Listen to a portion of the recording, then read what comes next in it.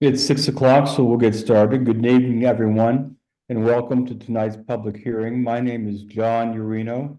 I'm the zoning examiner for the city of Tucson. I conduct rezoning hearings on behalf of the mayor and council and make findings of fact, which I put into a written report along with my recommendation, which I then send along to the mayor and council for their consideration and for their final decision. My report will be based on the information submitted to me, which includes the rezoning application, the staff report, all written approvals and protests, all correspondence, and the testimony given at tonight's public hearing. I will also include in the record all documents submitted to me up to the close of the public hearing. Tonight's proceedings are being recorded, and PDSD will post the video on its website. With that in mind, if you choose to testify, and I call on you to testify, I would ask you to please speak clearly, which I do most of the time, but not always, and to begin your testimony by stating your name and your address. The process after tonight's hearing goes like this. First, I complete a preliminary report within 5 working days after the close of the public hearing. Then I prepare a final report. The final report will be issued within 2 weeks after the close of the public hearing. For those of you who wish to receive a copy of the preliminary report and are not a listed party on the case, please send an email to tucsonrezoning@tucsonaz.gov. Again, tucsonrezoning@tucsonaz.gov, or call the Planning and Development Services Department. A copy of my final report will be available from the Planning and Development Services Department, and I send it along to the mayor and council. At the scheduled public hearing on the case, the mayor and council will then vote on the matter based on my recommendation along with other factors. Tonight's public hearing will proceed in the following manner. I will open the public hearing and ask a representative of the Planning and Development Services Department to give a brief presentation of the case. After that presentation, I'll ask the applicant to make his or her presentation. I will then ask anyone in the audience who wishes to speak to do so. You can either use the hand raise function on Zoom or just start talking and I'll recognize you and we'll go from there. Since I cannot have any communication with anyone involved in this case outside of this public hearing, I would invite you to speak tonight if you would like to do so. After everyone has had a chance to speak, I will offer the applicant the opportunity to respond to any of the concerns or issues that were brought up. So we'll get started. We have 2 cases on the docket this evening. The first is case TP ENT 1123 00045 29th and Swan Pad. Mr. Slater, are you presenting the staff report? Yes, I am. Please go ahead. Okay, so this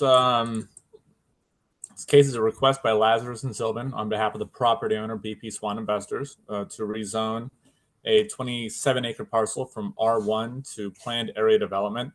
The site's at the southeast corner of Swan Road and 29th Street, and the applicant proposes to allow for the development of a commercial center with multiple uses, sort of anchored on a large-scale retail establishment, and also include multiple kind of medium and smaller pads with a mix of commercial, light industrial, and retail uses.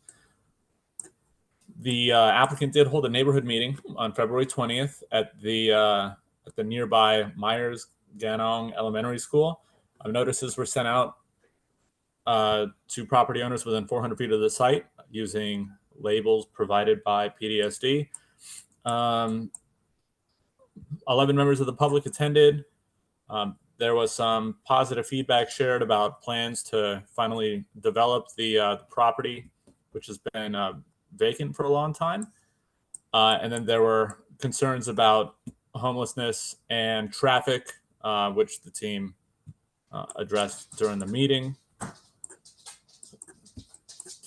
The current land use on the site is vacant, and the request to rezone to planned area development just enables that sort of comprehensively planned development with some location-specific development guidelines on top of the the base zoning of the pad, which would be C.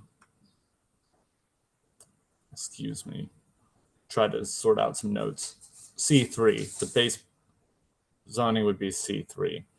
Previously, there was a rezoning case on the property in 2017 at BP Swan's request. There was an authorization for rezoning from residential 1 to OCR 1 to support the development of a large 6-story or 100-foot tall office.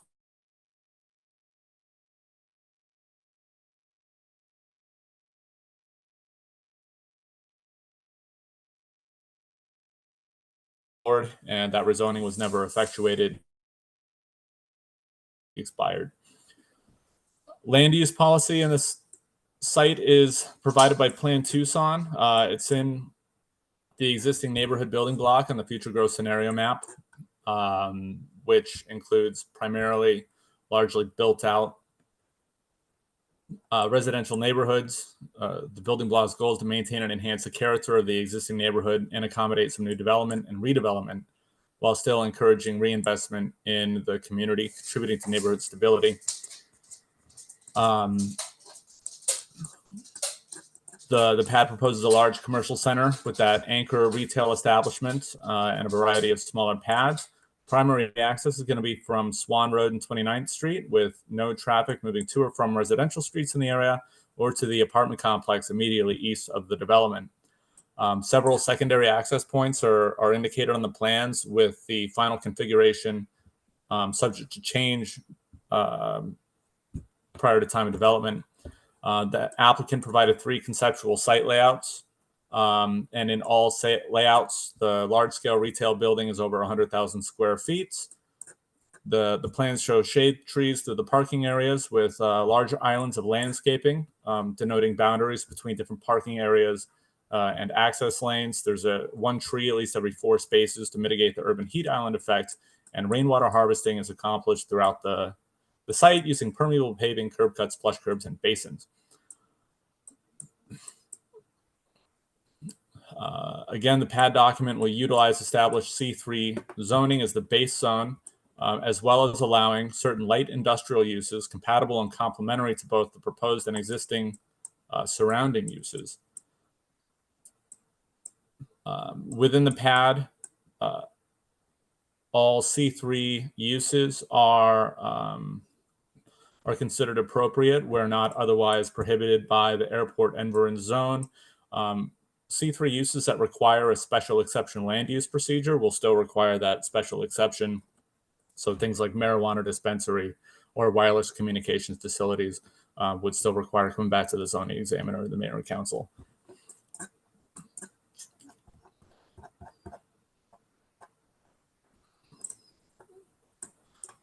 In conclusion, the 29th and Swan pad request is consistent with Plan Tucson, and is I guess sort of aligned with the City of Tucson's Thrive in 29th initiative, locating jobs and commercial services in a neighborhood that's in need of some reinvestments. Plan amendments not required. Approval of the requested pad is appropriate, and no other conditions are required. Thank you, Mr. Slater. Would the applicant like to be heard? Please, Mr. Urino, Carrie Sylvan with Lazarus and Sylvan, and I'm going to attempt to share my screen. Thank you.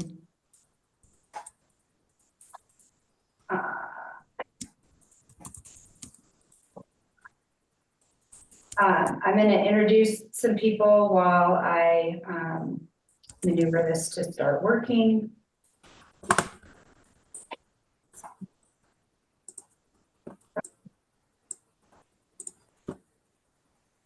Okay, there we go. Okay. Carrie Sylvan with Lazarus and Sylvan, 5983 East Grant Road, representing the applicant. Also with me tonight are from Bourne Companies, Alan Tanner, McKay Stevens, and Noe Garcia, and then Robin Large and Jackson Cassidy from my office. Staff did a very thorough report. I'm just going to touch on a couple of items, for which I have some slides that I think are helpful as well. So this is an infill piece, at the corner of 29th and Swan. It's also on the south, we have Golf Links, Road and Davis-Monthan with a diversion channel that we'll show you a little bit more in a minute. It is within the 29th Street Thrive boundary to revitalize this area. Staff has touched on some of those policies as well, that we are meeting and bringing forward. And it's directly adjacent. We'll have access to roads with the capacity for this type of development, both Swan and 29. It's currently zoned R1. Bourne Companies purchased the property in 2017. Prior to 2017, it was a state-run residential rehabilitation facility. There were 17 abandoned buildings at that time. Those were starting to cause some issues with criminal activity, and surrounding neighbors and first responders were having some concerns. So Bourne Companies, prior to knowing what was going to be done with the site, went in and demolished those buildings out of those safety concerns. Staff mentioned in 2017, Bourne Companies also proposed to rezone the project to OCR1, really proposing predominantly office with a little bit of commercial. Enter 2020, when we had a global pandemic and the office market got turned on its head. The rezoning did expire in 2022, so it remains R1 zoning. And I do want to point out one of the uses that is not permitted, and this came up at the neighborhood meeting as well, because of the Davis-Monthan overlay, is residential. So it really can only be a commercial office, some sort of a non-residential use.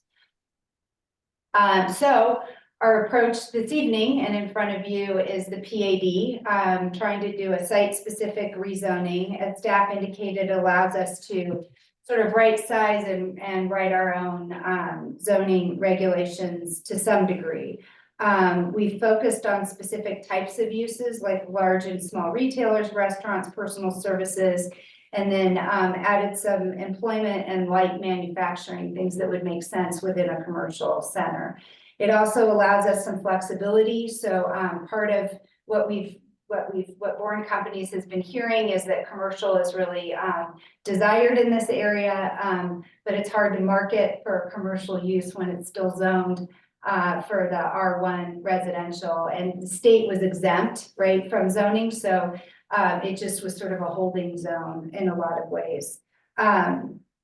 So we've created some of those standards. I'm going to step through just a couple of them, but obviously if you have other questions, we can answer them. So this is kind of the concept plan that we've created within the PAD. It sort of sets out some of the basic parameters for all of the uses, not the large retail, which kind of like the Unified Development Code, our definition of large retail is a single user of over 100,000 square feet.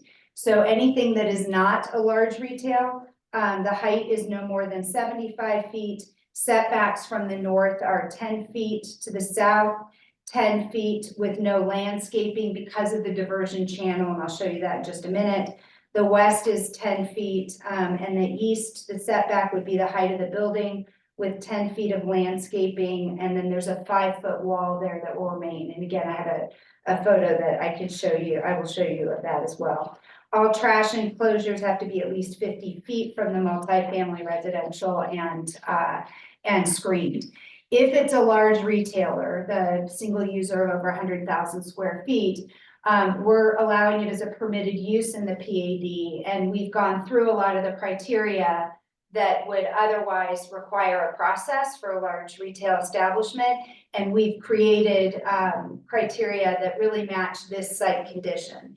So the setback is a minimum of 150 feet from our east boundary, which is the only residential directly on our boundary line. There's residential, as you probably are aware, on the other side of Swan Road. And we've been working very closely with that apartment complex owner as well. So that building would need to be 150 feet with additional setbacks for parts of the uses. So outdoor storage, 100 feet, trash, 125 feet, delivery and loading, 100 feet. And all of it needs screening. There's additional design criteria as well if there's a long expanse of a building.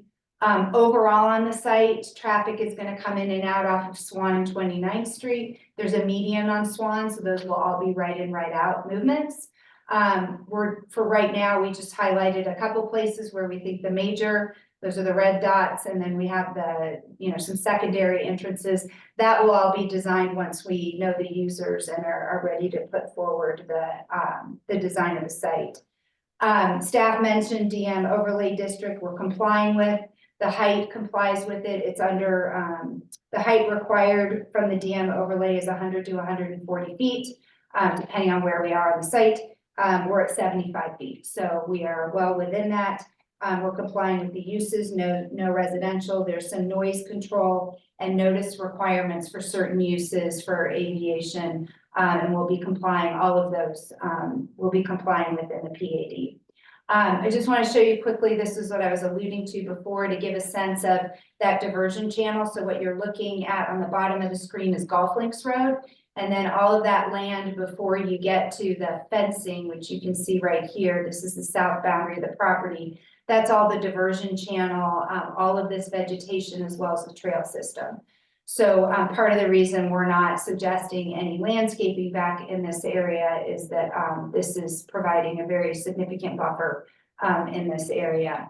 Over on the west side, east side, otherwise known as the east side, this tree canopy is actually on the apartment side of the wall. There's a wall which you cannot see underneath those trees. It's a 5-foot wall, and then we're proposing an additional tree lining along it with a landscape buffer, so there'll be even a bigger tree canopy, and that 5-foot wall would maintain as our buffer over there.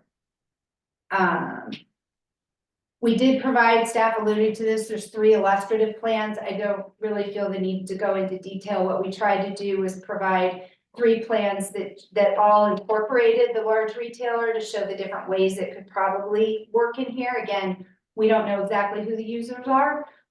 So we wanted to show how that concept plan could lay out. So this is the first one with you can see the large retail establishment positioned where it is. This is another one that shows the large retail establishment over here and maybe a split tenant over on the other side, and then just another idea that came to mind. So again, these are in the PAD to show how this could work through, and I'm happy to answer questions about those. I'm gonna wrap this up with the outreach. Staff mentioned we had our neighborhood meeting. We had 11 attendees. We noticed it on February 6th. Overall, I think I would characterize the comments as positive. The questions and our responses are in the summary. Some of the questions were related to traffic, on-site circulation, safety concerns, and the homeless issue that's going on across the city right now. I do want to point out that we were both Alan Tanner, AT, and I were excited to get to meet the owner of Mama Luisa's because I've eaten there for years. AT grew up down the street and is slightly older than I am, so he's eaten there for more years than I have. And she's been around for a long time, and she says she's just excited to see something happening on this site because the not using the site and having a vacant site there is bringing some issues. And she did thank Bourne, as did a number of the other neighbors, for demolishing those old facilities when they purchased it from the state. So there were good questions. I think we answered them. And at this point, I'm happy to answer any questions you might have, or wait until the public hearing and answer them then. Thank you very much, Ms. Sylvan. I don't have any questions right now. Would anyone in the audience like to be heard on this case?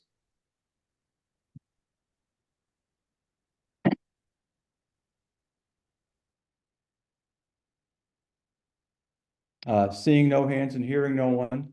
Ms.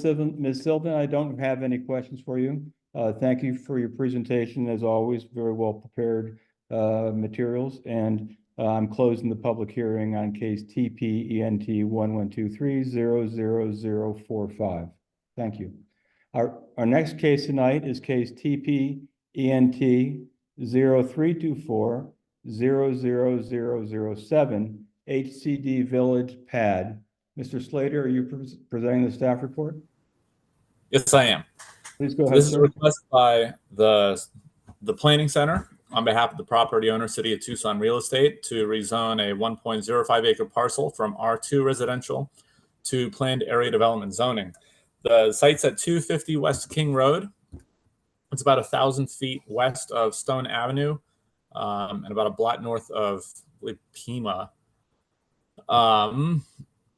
The housing community development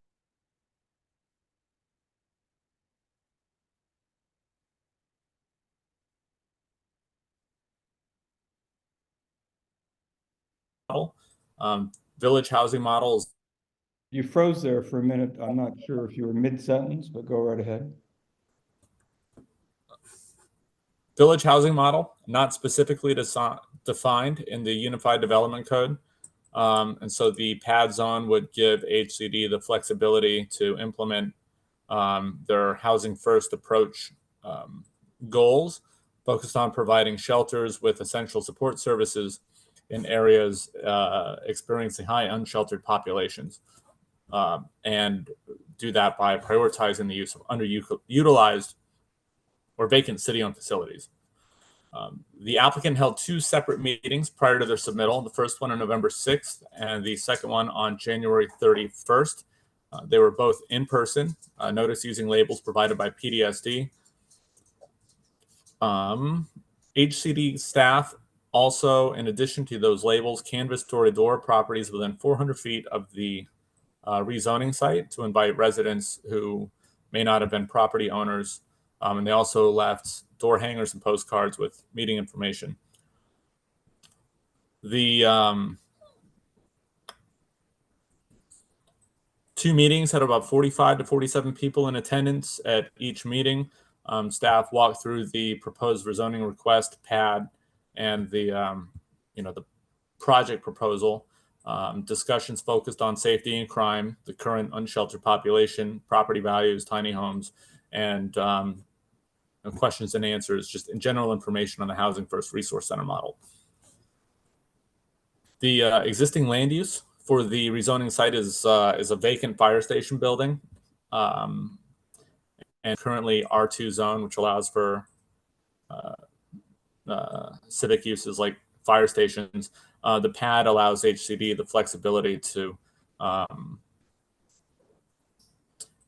guess, operate this this new kind of land use in a flexible way, as well as offering them flexibility to, I guess, make the most of the resources they have to provide services on site. Planning considerations, land use policy for this area is provided by Plan Tucson and the Northstone Area Plan. The proposal conforms to Plan Tucson housing goals and policies by adaptively reusing a city building to preserve the distinct physical character of the street and neighborhood. Fire station's been there for a long time. The Northstone Development Plan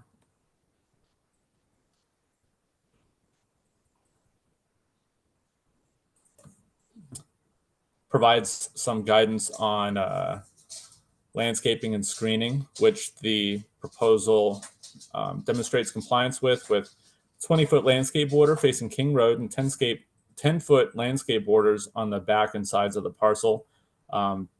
They're aligned with residential policies, mitigating the negative impacts of new development through setbacks and vegetation. And the proposal is also aligned with Tucson's housing affordability strategy, building capacity around affordable housing, facilitating housing in areas of opportunity, and updating zoning regulations to encourage affordable housing. And it's also a direct effort to house Tucsonans where they are, and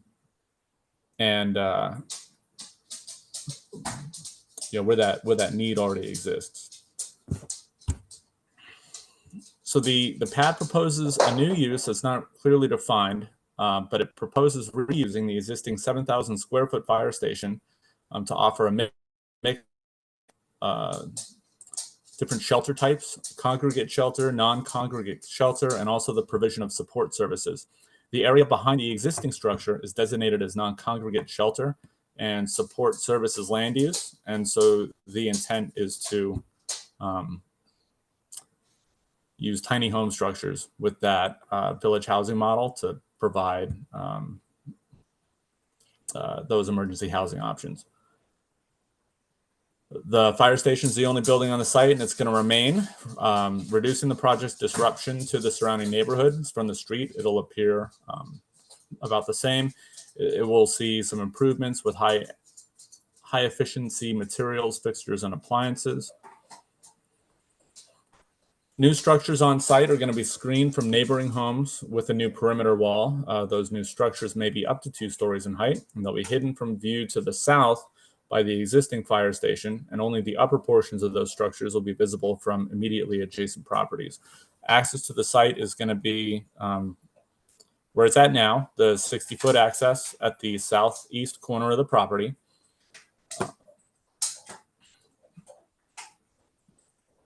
The project site is identified by Tucson and Pima County Housing Studies Neighborhood Vulnerability Index Map as one of the most vulnerable census tracts in the city of Tucson. Correlates with its high unsheltered population. The applicant team's proposal is designed to provide a range of resources and benefits to the community. So the pad document is going to use the established R2 zone as its base zone with some modified development regulations for the resource center pad, allowing anything in a R2 zone in the pad boundary, as well as additional permitted uses: congregate shelter, non-congregate shelter, and the support services defined by the pad document. So the request to rezone the site to pad is consistent with Plan Tucson and the housing affordability strategy for Tucson and the Northstone area plan. A plan amendment is not required for this proposal, and approval of the requested pad zoning is appropriate. No conditions are required. We did receive, after sending out approval protest mailers to the property owners within 400 feet of the site, we only received 3 protests and 0 approvals. For this case, the 3 protests we received were from within the 150-foot boundary area. For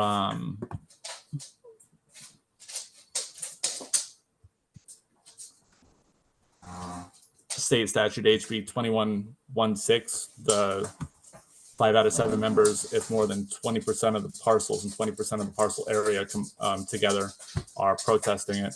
HCD had their own comment form up on the website where they received 19 approvals and 7 protests. The 7 protests all identified as being from within that 400-foot area, but we didn't receive the written mailers or something signed by property owners, and so they're encouraged to get those mailers and submit those back to PDSD for consideration in the future. And that's. Thank you. Thank you. Would the applicant like to be heard? Yes, thank you. I'd like to introduce myself. I'm Liz Morales. I'm the Assistant City Manager, but also the former Director of Housing for Housing and Community Development. That's part of the reason why I'm still working and speaking on behalf of this project. Also, I'm speaking on behalf of the Director of Housing and Community Development, Ann Chineka, who is not available. But I do want to introduce other team members, Brandy Champion, Director of our Housing First program, Naomi Lee, our Community Enrichment Coordinator with the Community Health and Safety, Health and Wellness, and Sarah Magason, our Housing Development Manager with Housing and Community Development, as well as our Planning Center partners that have been assisting us with this PAD submission, Lexi Wellett and Brian Underwood with the Planning Center. So should there be questions, I may be calling on them to help me answer that. If you don't mind, I'd like to give a little bit of a background why we have this pad in front of you. The site is being considered, as discussed already, is the former Fire Station 8 in the Amphi neighborhood. It's an area that's been impacted by a variety of social issues, including an increased number of people experiencing homelessness with very few housing and service options in the area. During the pandemic, the city of Tucson, like many other metropolitan cities nationwide, experienced a significant increase in homelessness. In 2023, there was a point in time count that we're required to do as a jurisdiction where we interviewed and counted over 2,200 individuals and families, and knowing that they were experiencing homelessness. This does not capture every person that is unsheltered, but it does show the need that it is significant. The University of Arizona provided some statistical analysis and determined that the current number of available shelter and housing units available is around 3,400 in Tucson, but there is an additional need of about 6,000 beds and units to really meet the need of those who are experiencing homelessness. The City of Tucson Housing Community Development Department was directed by Mayor and Council to add shelter beds and develop more housing units. As a result, I want to just share just a few highlights, what we've been doing this towards to achieve that direction. We've acquired several hotel sites and properties over the past 3 to 4 years to provide additional housing. We were able to serve 451 households with emergency shelter just in the year 2023, and 1,200 units are in various planning and construction phases. And over 1,600 people receive outreach and navigation services through the Housing First program. This city has a proven track record of operating shelter and providing services that improve the lives of those served, but also improving the neighborhoods that these properties are located in. More specific to the project, and we're going to show a graphic here. Mayor and Council did. Real quick, can I yes. get access to share the screen, please? Mr. Beal, would you please let Ms. Magason share the screen?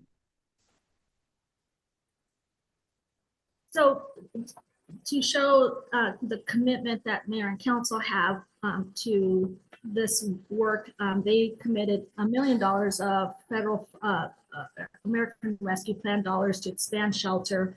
And we also applied and received a congressional member directed grant of almost $1 million to bring this site, to turn this site into what we're calling a housing resource center. And it's with the intent of doing an adaptive use of the building and of the property to build tiny homes, a tiny home village in the back lot. In August of 2023, Mayor and Council directed Housing Community Development staff to begin drafting a planned area development to allow Housing First Resource Center to be developed. The goal of this PAD, as stated, and I will be quoting Councilmember Kevin Dahl for Ward 3 in his motion, is that this PAD is to address the barriers to develop of address the barriers to development of additional housing options through the use of tiny homes in 2 phases.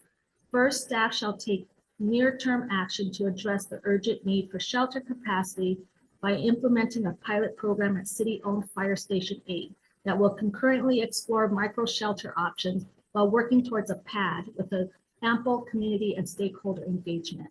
In addition, Mayor and Council want this project to be a model to do more tiny home villages in other parts of the city to address the housing affordability emergency in Tucson. The approach that we are taking for this project is, it is with the main concern is to involve residents of the neighborhood, businesses, and stakeholders in the Amphi area. The city expanded outreach radius and held additional meetings beyond the minimum requirements for rezoning because we want to know the residents' concerns and to assure them that the city will be a good neighbor. If the rezoning is ultimately approved, the city will work collaboratively with residents, along with the city's program Housing First and other nonprofit and non-governmental organizations to deliver quality programming that is both effective to those receiving services as well as safe to the surrounding neighborhood. The end goal is to deliver the needed services that can assist those in need and connect them with stable housing and appropriate supports.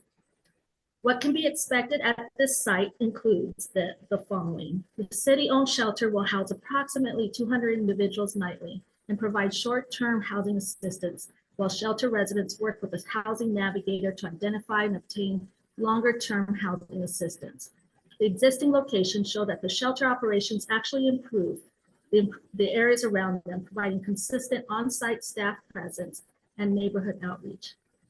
The city's Housing First program operates street outreach, housing navigation, emergency shelter, and permanent supportive housing for 1,000 Tucsonians each year at other sites. All services provided by the Housing First program are low barrier and provide permanent housing solutions as the primary goal of services. The city of Tucson will partner with the HUD mandated local homeless planning group known as Tucson Pima Collaboration to End Homelessness, a network of more than 50 local housing and homeless service organizations to coordinate the delivery of outreach, referral, housing navigation, behavioral health, and support services. As mentioned around the summary of the meetings, we held 2 prior to submission and an additional meeting after we submitted the PAD. And we had well over 100 combined with all those meetings. And it, again, with the intent of hearing from the residents and being able to start addressing their concerns as we develop the design, not just of the building and the lot, but also of the programs. The ongoing work that the city is committed to doing is continued engagement throughout the process will occur when a partner is selected. When I say a partner, whoever's going to help us develop and design and construct the renovation and the tiny home village. We will continue to engage with the neighborhood on the design of the project in 2 phases, which is a remodel of the interior and the development of the housing village. We have listened to concerns and are committed to providing adequate fencing, walls, and a 10-foot buffer from the western property line. Community Safety, Health, and Wellness is another program that has been working very closely with us within the city, and they have been assisting on a couple of key points for the community, which includes the easement adjacent to the townhomes to the west and the alley north, a couple blocks that have caused issues with trash and loitering. Work is being done to address the concerns and provide cleanup and solutions. As new issues arise, the city is prepared to address them, bringing the various resources that the city and our partners have to offer. And that concludes my presentation. Happy to answer any questions. Thank you very much, Ms. Morales. I think I'd like to hear from other members of your team if you like, or other members of the audience first. I do have some questions, but I'll save them until the end, if that's okay. So would anyone else on your team like to speak, or shall I open it up to the audience? I think the audience, and then I think if other members of our team can help answer some of the questions we get, we'll be prepared to do that. Thank you very much. So would anyone in the audience like to be heard on this case? And please start by saying your name and address, and then we'll hear everyone who wants to speak tonight. So who wants to go first? If anyone. Yes, sir. Please go right ahead. My name is Roberto Noperi. I live at 302 West King Road. That's directly west of the proposed pad. Hey, what are you doing? Sorry, that's our son here. That's okay. No problem. Okay, so we are against this pad because of the location. We understand the objective here of outreach, and we are all for that. We just are against the proposed location of this pad because it's going to directly affect the residents, all the residents that live in this area, not just us in the townhomes directly west, but you have residents to the south and to the east. And as they mentioned, they will be trying to service up to 200 people a night. I can't imagine what kind of foot traffic, car traffic that's going to bring into our area. And we have a lot of concerns of what kind of activity that'll bring with all these new people coming into our area. So we just have a lot of concerns. And this is Clarissa Lara, also the property owner at 302 West King Road. So I did put in a protest comment. I'm sure you've read, but now learning there's going to be a 2-story wall that'll be directly in our backyard. Probably, we share that aligning gate with that facility. And right now we're currently also dealing with the homelessness with many attempts to reach out to City of Tucson to file reports, as well as the already stretched emergency services. And our concerns are about safety. We have a 4-year-old son who we can't even take outside currently.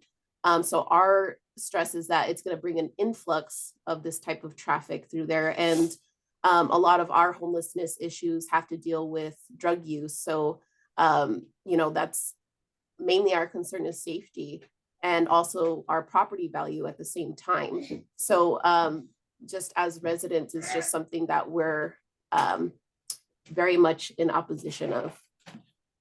yeah, Thank you both very much for participating tonight. and I'd just like to emphasize of how close this pad is to our townhomes. Our back patio is within 20 feet of the old Fire Station 8 building. So that's having to share that much of a space with this proposed pad. I understand, sir, what you're saying. I've been to the property. I know where the townhomes are. I've seen the area, so I certainly understand what you're saying. Okay. Thank you. Thank you both very much. I have a hand up from Kyle. Would you like to speak, sir? Start with your name and address. Sure. Good evening, Senator Reno. My name is Kyle Packer, and I live at 148 West Knox, which is just off Pastime, the street immediately north of this proposed project. I'm actually here to speak in favor of it. I think most folks recognize it's a lot easier to get angry about new development in your neighborhood than it is to get excited about it, even when the development is something you'll end up using. I don't think anyone who's shown up to the meeting tonight is planning on being homeless. It's so, like most residential projects, it's kind of hard to hear from the people who would benefit from this project because they haven't moved in yet. A lot of my neighbors are reasonably worried about crime, and that's something that the Tucson PD and planning and development folks have been really great partners on helping us find solutions for. I think the current plan is to block off access to our alleys with gates like they did down at Fort Lowell and Stone. And honestly, that worked kind of surprisingly well there. So I expect it to work here too. And the reality is a fair number of my neighbors are already homeless, and not giving them a place to stay hasn't stopped crime. The average rent is like 1.5 or 2 times my mortgage, and I still get important mail. I'm talking jury summons and other legal stuff for the family that lived in my house before I did. And it's been over 2 years. Like, it was a married couple and their 2 teenage daughters. I'd like to think they found another place, but I don't know. Like, no one, including the federal government, seems to know how to find them. So I'm not very hopeful for that. And that's kind of why I support this project. It's going to help people that need help, including folks with kids, from what I understand. And it's already started serving as a tool to help those of us that live around it share our safety concerns and find solutions. And honestly, it'll probably get us some good public infrastructure in the future. There's supposed to be bus rapid transit on Stone, and we'll probably get a stop if this goes in. As a city managed project, I'm pretty confident these folks will be good neighbors and that the neighborhood will get better investment than it has historically. So again, I support it. Thank you for your time. Yeah, thank you for participating, Kyle. Bonnie Polis, Ms. Polis, would you like to speak? Yes, thank you, Mr. Zoning Examiner. My name is Bonnie Polis. I live at 12080 East Smoot Drive. I am on the steering committee for the Campus Farm Neighborhood Association. I'm really not speaking in favor or against this project, but I do have some concerns that I hope you'll address when you write your final report. First, the plan as it was written up says that this PAD is using the basic parameters of R2 zoning. And I guess I find that difficult to believe when the density that is being proposed is more than 3 times the density that would normally be allowed on an R2 parcel. And the residential policy statement 2 in the North Stone area plan discusses where high density development is appropriate, which is along arterial streets. And King is, of course, a local street that abuts this property. I'm also concerned that the maximum building height is 30 feet. And my understanding in an R2 zone that the setback is 10 feet or 3/4 of the building height. And so I think that the setbacks from the property owners in the townhome should be more like 22 feet and not 10 feet. The North Stone area plan also discusses the importance of buffering. And I'm not sure that a 5-foot masonry wall 10 feet from these units is sufficient buffering. I think that mature vegetation should be brought in to help with the buffering, especially along the areas where there's single family housing and townhome development. And most importantly, I would like to ask you, since this is an experiment in village housing, and it's a model that we hope to learn from, I would like to see that there is a direction that this property and the concept that was used within the interior of a neighborhood be reviewed in a time frame, say 1 to 2 years after the housing development is complete, so that we can understand whether or not there's an issue with only requiring 5 parking spaces for a 120 bed unit with I don't know how many staff is sufficient, and whether or not there has been a disruption to the single family neighborhood that exists there today. So I hope that some of these things will be addressed in your report, and I thank you very much for allowing me to make some comments. Yes, thank you for participating. Would you please, I got them pretty well in mind. The last piece I'd like to hear a little more on basically if the pad did go through, right?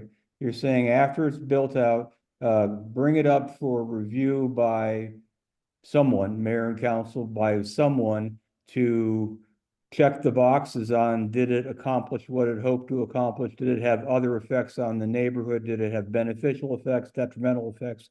Just have a review, but a review to what end is what I guess I wanted to. I would like to see that there be some requirement for a public meeting where the residents who live adjacent to this property or nearby, as well as other residents in the neighborhood, can meet with housing and community development staff, as well as the Ward 3 council person, to determine whether or not this is really a good model for housing homeless individuals in the future, and whether or not the decision to place this within a single family neighborhood was in the best interest of everybody who's going to be residing there.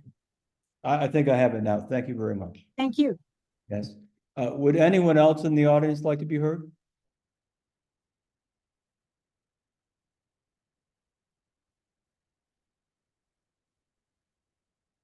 I'm going to ask one more time, and then I have a few questions for Ms. Morales. Anyone else in the audience like to be heard? Ms. Morales? I had a couple of Yes. questions, if that's okay. Please. Yeah, so the pad document is, in your presentation, you referred to tiny homes, which are discussed in the pad document, but the pad document as proposed and prepared by the Planning Center is somewhat indeterminate on what the non-congregate residential uses how they might be housed. It says tiny houses, micro shelters, or maybe a two-story building. So I just say this with all respect, of course, but I just, sometimes when folks who are living in an area know what will be built, right? It's knowledge replaces fear sometimes, is all I'm trying to get to. And has a decision been made that it will be tiny homes versus two-story structure versus, I'm not even sure what micro shelter means personally, but. Yes. Mr. Zoning Examiner, I can tell you that we have some concepts.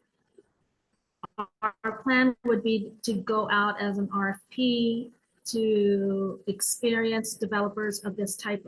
And we believe it would be no more than 30 to 40 structures. The two-story, I may ask Lexi O'Brien to speak to that. But, I think that's really around the community space. We're going to need to have, a place for people to have community bathrooms and facilities. So I'm going to just ask either Lexi or Sure, that's fine, of course. Ryan to. Good evening, Mr. Urino, and thanks, Ms. Morales there for the recommendation for additional commentary here.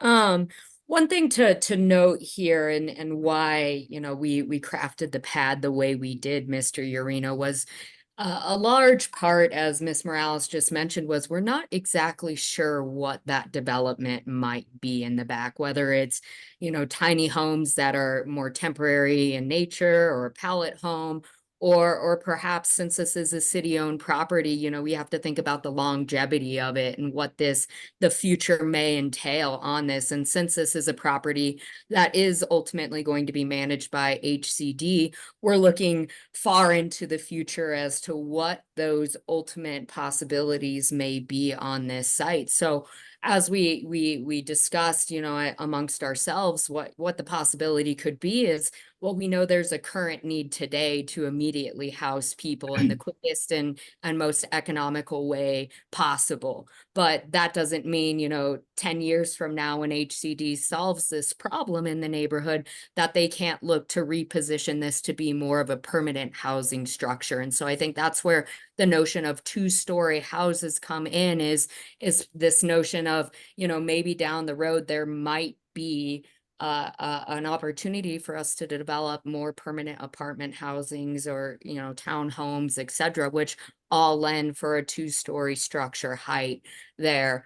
I do want to make it known, and something that we clearly and hearing from all of the neighbors is, and recognizing that there is this large unknown, dealing with this project, is we added additional development standards that suggested that we would meet prior to an approval of a development package, prior to us, getting any TIs approved, that we would meet with those neighbors who are most immediately adjacent to the site to ensure that what it is we are proposing from both the design and operation, safety, et cetera standpoint, that we are compatible with the neighborhood. And so what it is we're trying to do here is activate a city-owned property in a neighborhood that is, for a lack of better word, plagued with an issue. And we're trying to address that on a space where we have the ability to. I know somebody mentioned here asking why this property as opposed to somewhere else. Well, this is the city-owned property in the neighborhood, and we've got funding to act now to address the situation. And so that's what our goal is to always be a good neighbor here. And one thing that we did hear loud and clear from the neighbors adjacent to the property was the safety protocols and operations. And I suspect Liz and Brandy would like to follow up perhaps on this as to how we are going to further work with the neighborhood as we develop this site and really start to better understand the exact program in.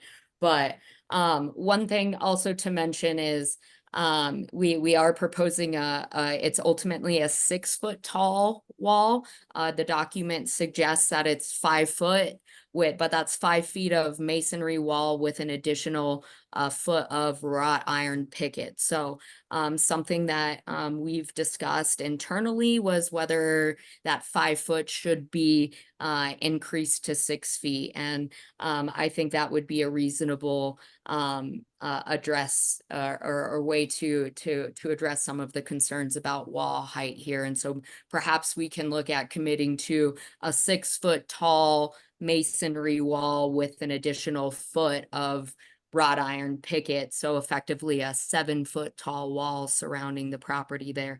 That's common in Tucson water properties, etc.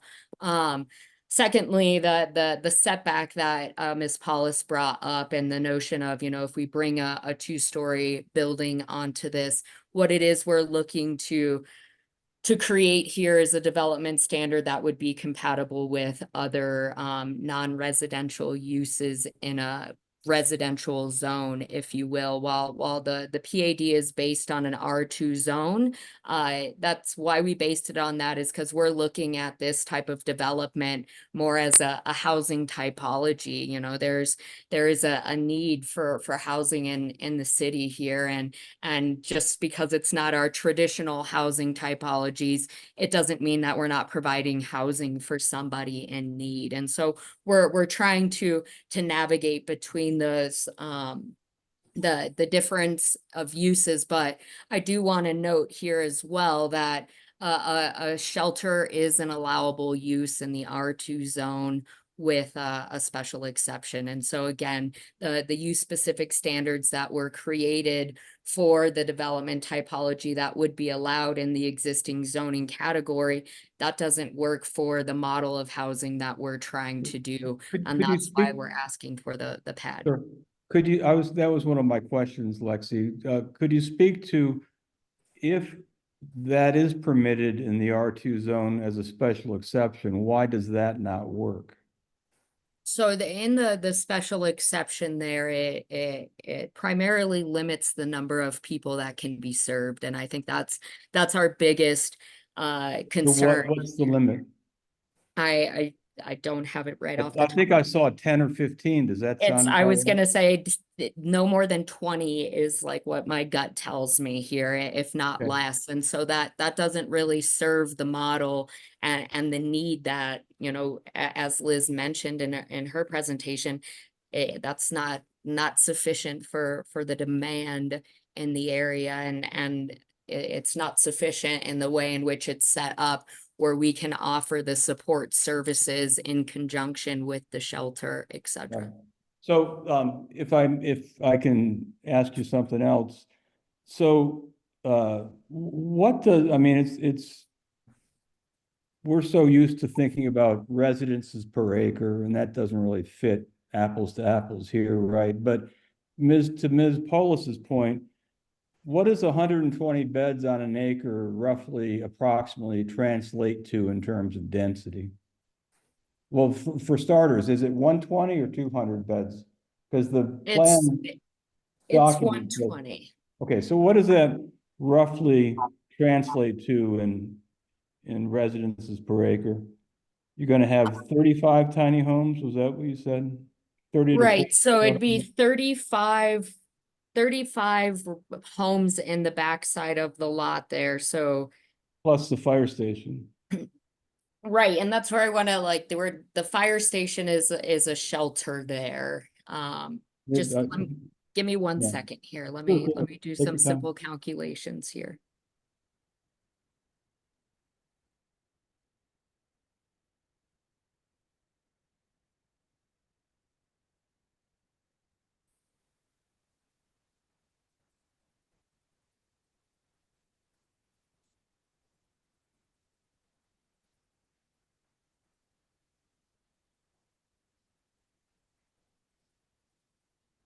So when you look at it from a density standpoint, Mr. Urino, and you think about the homes as it would be viewed from a density calculation, because the shelter in and of itself, it's a non-residential use that wouldn't calculate towards density. When you look at the number of tiny homes that would be placed on the site, we'd be looking at 35 units to the acre. I Well, really, that's good. I kind That's of want to, good. Yeah, go ahead. I was just Sorry. going to chime in real quick as someone who's kind of Sure. really been researching shelter care and zoning in the code. The 35 tiny homes, the little small units, are non-congregate rooms.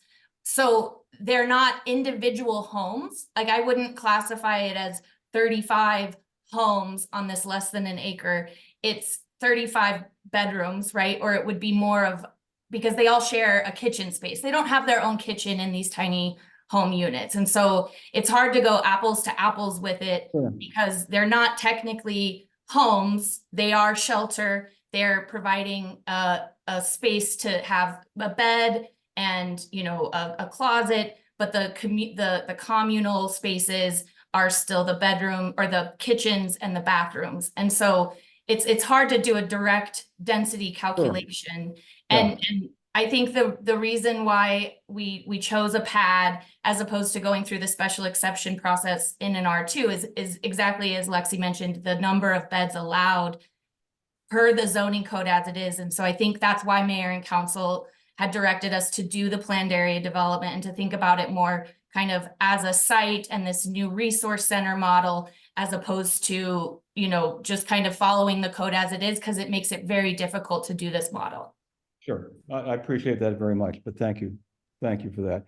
So, I mean, and what the pad document says is there will be basically communal bathroom facilities and an outdoor kitchen. I'm not sure what an outdoor kitchen is. I mean, I can guess based on being outdoors and having a kitchen, but is that really what it is? It's not a roof, no walls?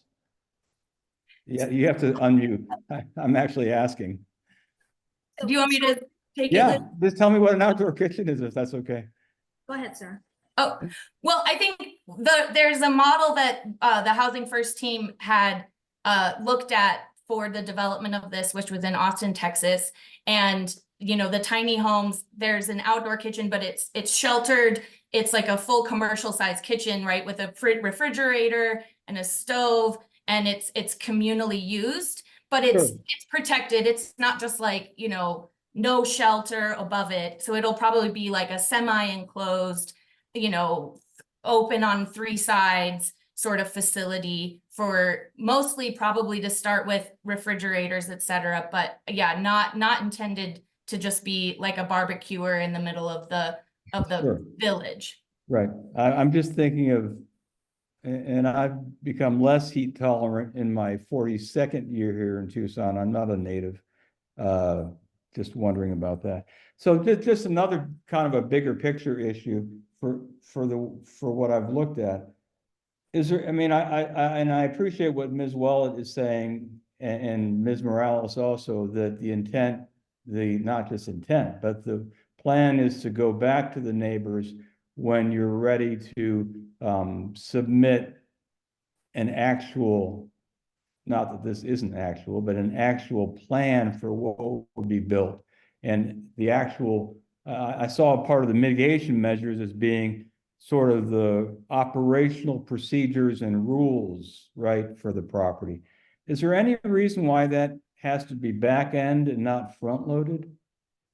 So, Mr. Lorena, yeah. I'm gonna, if you don't mind, I'm gonna ask Randy to speak a little bit to the operations of the other sites that we currently have. Sure. It is, we already have those kind of policies and practices already in place But this will be unique, and so, and because of where it's situated, we will probably do additional things.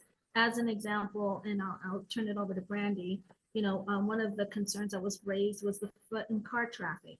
I've mentioned in the past meetings and the neighborhood meetings that that is going to be controlled. We will not be having people coming directly without appointments, without and being able to provide transportation to people from off-site to be brought into the location. Our goal is to have very minimal impact. In fact, the foot traffic that's happening through that neighborhood right now is very significant.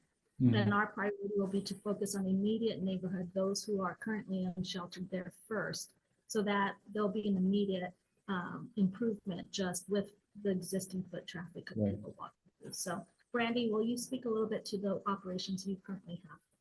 Yes, thank you, Liz.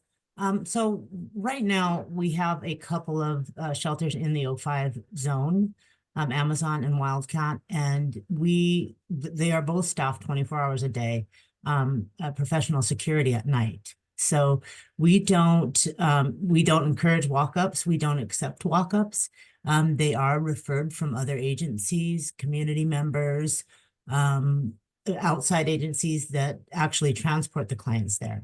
So the only foot traffic that we get at Wildcat is people coming up to inquire as to if they can get on a wait list or what have you. And we don't encourage that at all. We are very mindful of our neighbors. There's a lot of businesses near our other shelters. So we're always, and residents for that matter, we're right next to it. We're adjacent to a trailer park at Amazon. So we're very mindful of how our property is upkept, what we're doing. We have designated smoking area. We're all cameraed up, so we can see our property from every angle, even the hidden spots. So we're constantly surveilling and supervising, walking the property, walking around the neighborhood, driving the neighborhood to ensure that we're being good neighbors and that our tenants are not disturbing the peaceful enjoyment of other neighbors. And we're available. We have myself and my project manager have cell phones that we carry 24 hours a day. We are accessible. We answer our phones. You can come onto property if you're a resident in the area and talk to us at any time. We're not going to just come in and disappear and nobody can contact anybody if there's an issue. We are going to be readily available. So Thank you for that. Is there anything else, Ms. Morales, that you all would like to say? Oh, you're on mute. Thank you. Yes. Just the importance of the work that we do, that is a proven track record. You know, I know that maybe the perception is that we've not done something quite in the neighborhood like this, but this has been this is a model that we know is effective, not just in Tucson but nationwide. We're modeling it after best practices that is research validated, and we're super responsive, and we will ensure that residents have the resources and the contacts to address any concerns. But we believe this will improve the area and bring the solutions that this area has desperately needed. Okay, well, thank you very much for that. And I want to thank everyone in the audience and everyone from HCD who's participated this evening. This obviously is a critical piece of the housing puzzle for any community, but certainly for our community as well. And so I understand how serious the issue is. But I want to thank everyone for participating, and I hope everyone has a safe and lovely rest of the evening. Good night.